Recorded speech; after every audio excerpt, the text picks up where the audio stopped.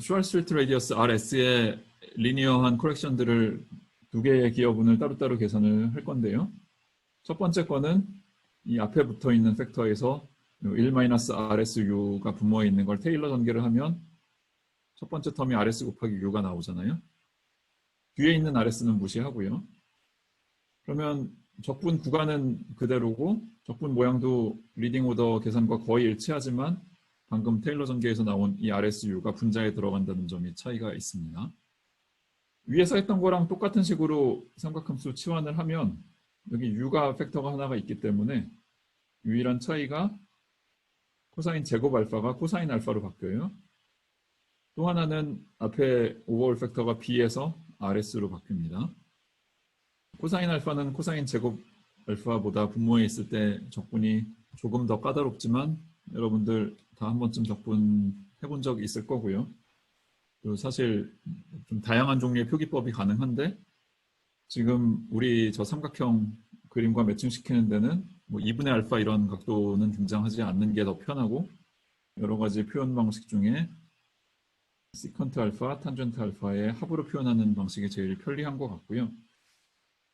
그거를 다시 저 삼각형의 변들 기준으로 쓰면 제가 R1이라고 불렀던 거, L1이라고 불렀던 거, B라고 불렀던 것들의 조합으로 표현을 할 수가 있습니다. 그리고 위에서 얻었던 적분식 정확한 표현에서 퍼터베이션을 따질 때 두 번째 기여분은 이제 앞에 있는 RS를 무시를 하고 뒤에 있는 RS를 퍼터베이션으로 삼아야 되는데 여기서도 한 번쯤 해볼 수 있는 생각이 그냥 이 RS에 관해서 테일러 전개를 하는 건데요. 그거는 좀 조심해야 돼요. 왜냐하면 적분 범위가 미니멈 레디어스 내지는 이제 맥시멈 U값까지 적분 범위로 삼아야 되는데 이 미니멈 레디어스의 정의가 이 스퀘어 루트 안에 있는 값 전체가 0이 되는 점이거든요. 근데 이 RS에 대해서 그냥 테일러 전개를 하면 전개하기 전이랑 후가 스퀘어 루트 안에 있는 함수가 0이 되는 점이 값이 달라질 수가 있다고요. 그래서 자칫 잘못하면 오류를 범하기 아주 좋습니다. 이게 사실 꼭 이 상대론 문제뿐만 아니라 고전력학의 중심력, 센트럴 포스가 있는 상황에서 스캐터링 문제 풀 때 아주 보편적으로 발생하는 현상인데 제가 옛날에 고전력학 수업을 할 때 이 문제를 제대로 인지를 한 이후로는 학생들한테 항상 권장하는 좋은 트릭이 하나 있는데요. 여기 오른쪽에 쓴 것처럼 변수 변환을 하는 거예요. 그러니까 U제곱에 1-RSU를 곱한 이 컨비네이션을 U 틸다 제곱이라고 새로운 U 베리어블을 정의를 하는 겁니다. 그럼 이 U 틸다를 기준으로 하면 이 스퀘어 루트 안에 있는 모양은 도로 간단해지고요. 다만 밖에서 기다리고 있는 DU 나누기 U제곱은 오히려 더 복잡해져요. 하지만 더 복잡해진 텀을 RS를 기준으로 퍼터버티브하게 전개하는 건 어렵지 않고요. 스퀘어 루트 안에 모양이 간단해졌기 때문에 적분 범위에서 오차가 발생하거나 할 소지는 없어집니다. 자세한 계산 결과는 여러분들한테 연습 문제로 넘기고요. 저는 결과만 인용을 하겠습니다. 이 타임 딜레이를 측정을 할 때 아무래도 중력이 강하면 효과가 더 극명하게 드러날 거기 때문에 미니멈 레디어스에 해당되는 값이 중력 센터에 충분히 가까울 때가 실험하기 좋은 영역대가 되는데요. 그 말은 이 R1이나 L1이 B라고 불렀던 파라미터보다는 훨씬 더 값이 큰 영역을 보면 좋겠죠. 이때 실제로 계산을 해보면 방금 퍼터버티브하게 퍼스트 오더에서 계산했던 두 텀 중에 첫 번째 텀이 두 번째 텀보다 웬만큼 더 크다는 걸 확인할 수가 있고요. 그렇다고 해서 압도적으로 크냐면 또 그건 아니에요. 이쪽에 로그가 붙기 때문에 그런데 로그는 이 안에 아규먼트가 꽤 커도 로그 취한 다음에는 값이 아주 크진 않잖아요. 하지만 어느 정도는 크고요. 그거보다 더 중요한 좀 더 쉽게 안심하고 쓸 수 있는 근사는 B에 비해서 R이 훨씬 더 크면 L과 R 사이의 차이는 꽤 작은 차이가 되죠. B 나누기 R을 작은 파라미터라고 했을 때 L과 R의 차이는 B분의 R 기준으로 보면 제곱 오더부터 시작을 하거든요. 그래서 그쪽은 비교적 안심하고 무시할 수 있습니다.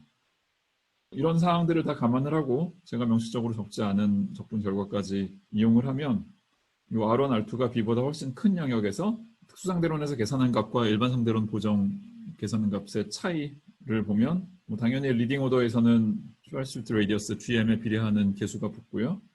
안에 디멘션레스한 컴비네이션이 로그 안에 4배의 R1, R2 나누기 B제곱 컴비네이션이 들어오고, 그 뒤에 상수텀은 아까 계산하다가만 두 번째 컨트리뷰션을 R1, R2가 B보다 훨씬 크다는 극한을 취해서 근사한 값에 해당이 됩니다.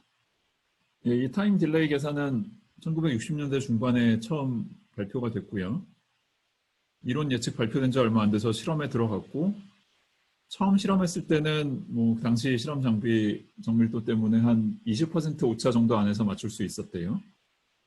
20% 오차면 크다고 생각할 수도 있지만 이런 효과가 있다는 걸 확인하는데 큰 문제는 안 됐고요.